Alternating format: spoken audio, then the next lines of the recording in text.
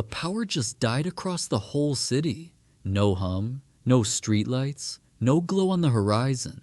You reach for the light switch and nothing happens. And that's the exact moment most people make the mistake that turns a blackout into a disaster. Your first instinct is to grab your phone, run outside, and find out what's going on. Here's why that instinct can get you hurt. In an urban blackout, the streets are where the panic concentrates first. The smartest urban survival move in the first 10 minutes is the opposite of what you feel. Stay put and shut your door. The dark hides downed power lines, broken glass, and crowds, and you can't read any of it blind. Now you need light, and reaching for a candle feels natural. But an open flame in a dark apartment is how blackouts turn into house fires. Your bushcraft brain should reach for a battery light first. A headlamp beats a flashlight for one reason. It keeps both hands free while you work in the dark. In a blackout, every job you do needs two hands and steady light at the same time. You'll want to open the fridge to check your food?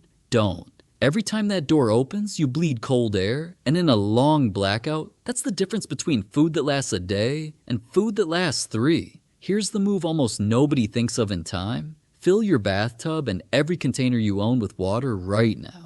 City water pressure runs on electric pumps, and when those die, your taps can go dry within hours. Water is the clock that's really ticking in any urban survival situation. You can go weeks without food, but only days without water. So you store it the instant the lights go, not when the taps already run dry. Now comes a counterintuitive one. You want to be the dark apartment, not the bright one. When the whole block is black and your windows glow, you've just advertised to everyone outside that you have power, water, and supplies. Keep your light low, pointed down, and never silhouette yourself in a window. Bushcraft in the wild is about staying warm and fed. Bushcraft in a dark city is also about staying unnoticed. If the blackout hits in winter, the heat dies with the lights, and an apartment cools faster than you'd think. The mistake here is trying to warm the whole place. You can't, and you'll burn through everything trying.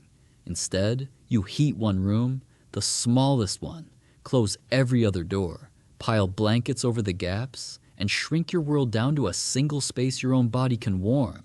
For the warmest trick, pitch a tent or build a blanket fort right on your bed. The smaller the air pocket around you, the faster your body heat fills it. The same principle that keeps you alive in a snow shelter. But layering on heat is exactly where the deadliest blackout mistake hides. Every year people drag a grill or a gas heater indoors to stay warm, and carbon monoxide quietly kills them in their sleep. Anything that burns fuel belongs outside, always. No grill, no camp stove, no generator in an enclosed room. You can't see carbon monoxide, you can't smell it, and by the time you feel it, it's often too late to act. With heat sorted, feed yourself smart.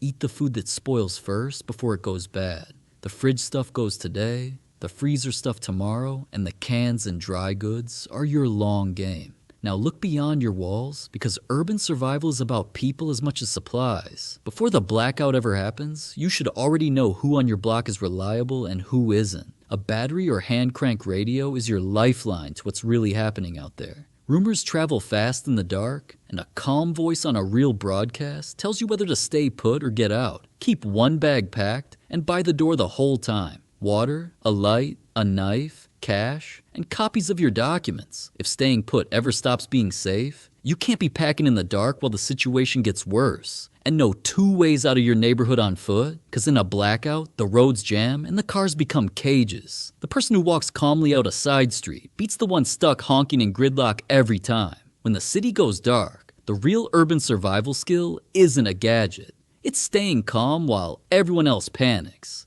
Every move we covered works because you made it early, on purpose, before the dark forced your hand. So when your city goes dark, you won't run for the door. You'll go quiet, store water, and wait it out.